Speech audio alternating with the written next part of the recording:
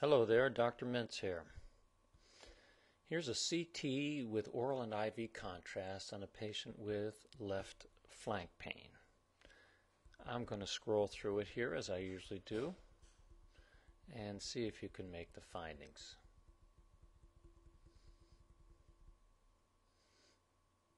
Okay, let's go back up. Pelvis, bladder. Those are some calcifications. Now this is very important to recognize here, by the way. This is the uterus. And these calcifications are calcifications associated with the uterine fibroid. How do I know? Well, calcifications in the myometrium, or body of the uterus, the muscular portion of the uterus, the myometrium, basically are calcifications related to fibroids. Those are the lesions that calcify. So important not to get thrown by that and to recognize that this is the uterus. Now going back up, I think you probably saw the finding. You saw that there's mild hydronephrosis, maybe mild to moderate hydronephrosis of the left kidney. And maybe you saw that there's a little density, an area of high attenuation, a stone actually, in the renal, in the proximal ureter. And if you change the windows to bone, you see it's the same attenuation as bone. So this illustrates the point that while we do CT without IV contrast, so-called CT uregram, for possible obstructive uropathy and stone, we can still make the findings in many cases, probably most cases, after we've given IV contrast. We may be less sensitive in detecting small stones. If IV contrast had already entered into the ureter, that might have obscured this stone, but we still would have seen the obstructive uropathy. Look also at the renal cortex and compare the two sides. What's happening? This has got that really nice uniform enhancement of the renal cortex on the normal side, and on the left it's less intense. Why is that?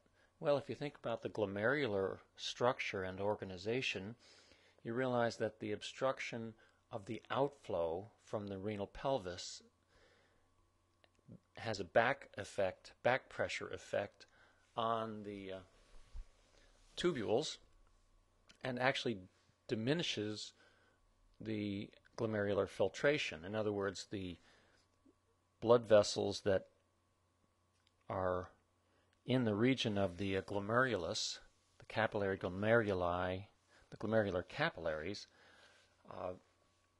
do have a greater pressure gradient to overcome because of the back pressure from this. So it just simply is a matter of basic hydrostatic pressure that is pushing backward and impairing the rate of glomerular filtration and subsequent emptying of the collecting tubules into the renal calyces and pelvis. So basically that all means that you get diminished renal cortical enhancement because of obstruction. All right, this is probably just a little cyst here, and just a basic illustration of that.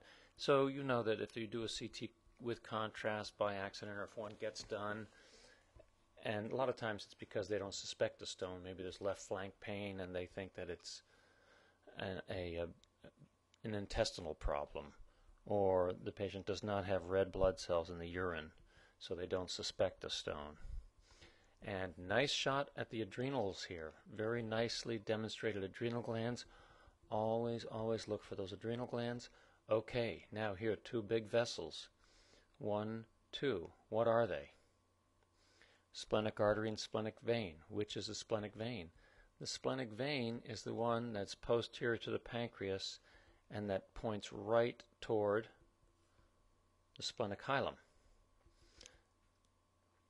The splenic artery is what becomes tortuous, and you can see it is emanating from the celiac trunk. Okay.